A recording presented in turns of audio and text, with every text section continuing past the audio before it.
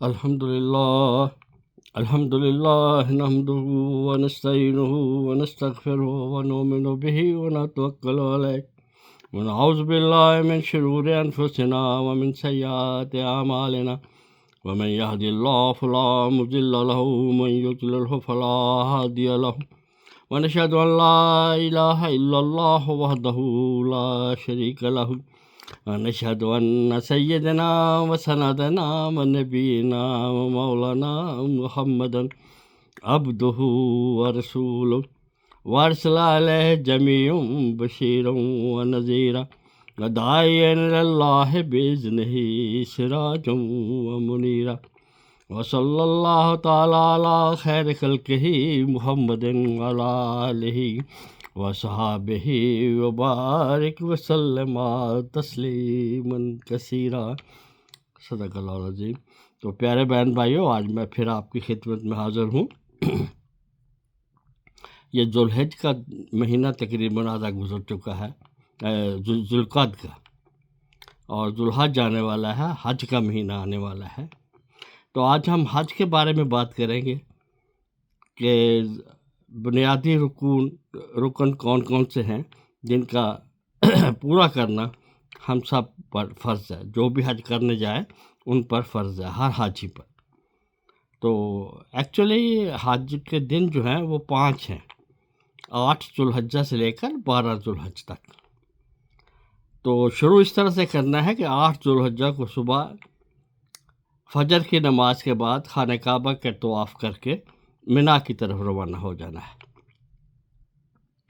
منا مکہ سے تقریباً 5 کلومیٹر یا 5 میل کے فاصلے پر ہے، زیادہ دور نہیں ہے۔ تو ظہر کی نماز سے پہلے منا میں چلا جانا ہے۔ یہ جو میں عرض کر رہا ہوں یہ حج کے احکام ہیں، ان پر پلیز غور کرنا ہے اور ان پر عمل کرنا ہے۔ تو منا میں پہنچنے کے بعد 8 ذوالحجہ کو 5 نمازیں منا میں ادا کرنی ہیں۔ ان 5 مسجد خائف ہے جو بالکل باڈری لائن پر ہے، جہاں سے منا شروع ہوتا ہے۔ تو کوشش کریں کہ مسجد خائف میں ہی نمازیں ادا کریں، یا اس سے آگے جا کر، اس سے پیچھے نہیں رہیں، وہ منا کا حصہ نہیں ہے۔ تو ظہر کی نماز، عصر کی نماز، مغرب کی نماز، عشاء کی نماز اور صبح 9 ذوالحجہ کی فجر کی نماز، یہ ہم نے 5 نمازیں منا میں ادا کرنی ہے 8 ذوالحج کو۔ اب 9 ذوالحج شروع ہو گیا، یہ حج کا رکن اعظم ہے۔ 9 ذوالحج میدان عرفات میں جانا ہے اور ظہر کی نماز سے پہلے وہاں پہنچ جانا ہے۔ فجر کی نماز منا میں ادا کرنی ہے اور اس کے بعد میدان عرفات میں چلا جانا ہے۔ جو بھی شخص میدان عرفات میں 9 ذوالحج کو مغرب کی نماز سے پہلے پہنچ جائے گا وہ حاجی کہلائے گا۔ اگر کوئی آدمی وہاں 9 ذوالحج کو نہیں پہنچ سکا تو اسے حج دوبارہ کرنا پڑے گا، یہ پلیز جان لیں۔ تو 9 ذوالحج کو ہم نے میدان عرفات میں مسجد نمرہ ہے، وہ بھی بارڈر لائن پر ہے، اس سے آگے جانا ہے، اس سے پیچھے نہیں رہنا، اور مسجد نمرہ میں ہی ظہر اور عصر کی دونوں نمازیں یکجا کر کے پڑھنی ہیں، 1 اذان اور 2 تکبیروں کے ساتھ۔ اور اس کے بعد ظہر عصر ادا کرنے کے بعد وہیں نفل ادا کرنے ہیں اور عبادت کرنی ہے، اللہ سے دعائیں مانگنی ہیں، اور عرفات میں ہی یہ پورا دن گزارنا ہے۔ تو 9 ذوالحج کو غروب آفتاب کے بعد مغرب کا ٹائم ہو جائے گا، لیکن مغرب ادا نہیں کرنی ہے۔ اللہ کے حکام ہے، تلک حدود اللہ، وہ کہتا ہے چل پڑو، ٹھہر جاؤ، نماز کا ٹائم ہو گیا ہے لیکن نماز ادا نہیں کرنی ہے۔ وہاں سے ہم نے پھر مزدلفہ کی طرف کوچ کر جانا ہے۔ مغرب کی نماز ہونے کے بعد، ٹائم ہونے کے بعد، غروب آفتاب کے بعد عرفات سے چلنا ہے اور مزدلفہ پہنچ جانا ہے۔ مزدلفہ پہنچ کر ہم نے مغرب اور عشاء 1 اذان اور 2 تکبیروں کے ساتھ دونوں نمازیں جمع کر کے پڑھنی ہے، اور پھر ساری رات مزدلفہ ہی میں قیام کرنا ہے، اور پھر وہاں سے پھر کینکریاں بھی اٹھانی ہے، پہلے دن کے لیے 7 اور دوسرے 2 دنوں کے لیے 21 ہر ایک شیطان کو 7 کینکریاں مارنی ہے۔ تو یہاں سے پھر ہم نے پھر منا کی طرف صبح فجر کی نماز ادا کرنے کے بعد مزدلفہ میں منا کے لیے روانہ ہو جانا ہے۔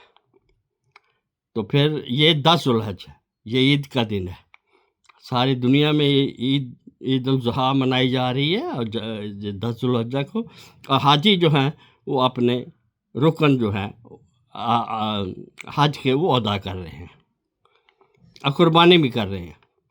10 ذوالحجہ کو ہی 3 کام کرنے ہیں بہت امپورٹنٹ۔ سب سے پہلا کام کہ صرف ایک شیطان کو، جو بڑا شیطان ہے، اس کو 7 کنکریاں مارنی ہے، وہاں سے فارغ ہو کر قربانی کرنی ہے، اور قربانی کرنے کے بعد احرام کھول دینا ہے۔ اب آپ احرام سے آزاد ہو چکے ہیں، احرام کی جو بھی ہم پر پابندیاں آئے تھیں وہ ختم ہو گئی ہیں۔ احرام کھول کے تو پھر ہم نے قربانی کا گوشت پکانا ہے، کھانا ہے، شوربہ پینا ہے۔ نبی کریم صلی اللہ علیہ وسلم نے گوشت بھی کھایا اور شوربہ بھی پیا۔ اور اس کے بعد جو تیسرا کام 10 ذوالحجہ کو ہے وہ طواف زیارہ کا ہے۔ تو وہاں سے پھر ہم نے کھا پی کے تو طواف زیارہ کے لیے خانہ کعبہ آنا ہے، یہاں طواف کرنا ہے، طواف کر کے پھر واپس منا میں چلا جانا ہے، اور پھر مزید 2 دن منا میں ٹھہرنا ہے۔ 11 ذوالحج کو اور 12 ذوالحج کو ظہر سے پہلے ہم نے وہاں سے نکل جانا ہے، تو آپ کا حج مکمل ہو چکا۔ اور دوسرے 11 اور 12 کو صرف ایک ہی کام کرنا ہے، وہ ہے تینوں شیطانوں کو پہلے، دوسرا، تیسرا 7 کنکریاں مارنی ہے۔ یہ 12 بجے کے بعد، زوال کے بعد یہ کام شروع کرنا ہے، اور اس کو جب بھی آپ ختم کریں ختم کر لیں، اور پھر منا میں ہی قیام پذیر ہونا ہے۔ تو 12 کو پھر کینکریاں مارنے کے بعد آپ آزاد ہیں، آپ کا حج مکمل ہو چکا ہے۔ آپ پھر اپنے جہاں ہوٹل میں یا جہاں بھی قیام پذیر ہیں وہاں پر چلے جائیں، ٹھہریں۔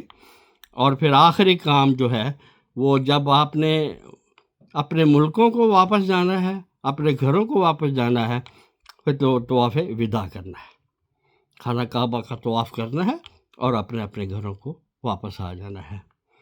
تو امید ہے میری اس ویڈیو سے آپ کو کچھ ہیلپ ملے گی، تو مجھے بھی دعاؤں میں یاد رکھیں، اور میں اللہ تعالیٰ سے دعا گو ہوں کہ ہم سب کو بار بار حج کرنے کی توفیق عطا فرمائے۔ وآخر دعوانا الحمدللہ رب العالمین۔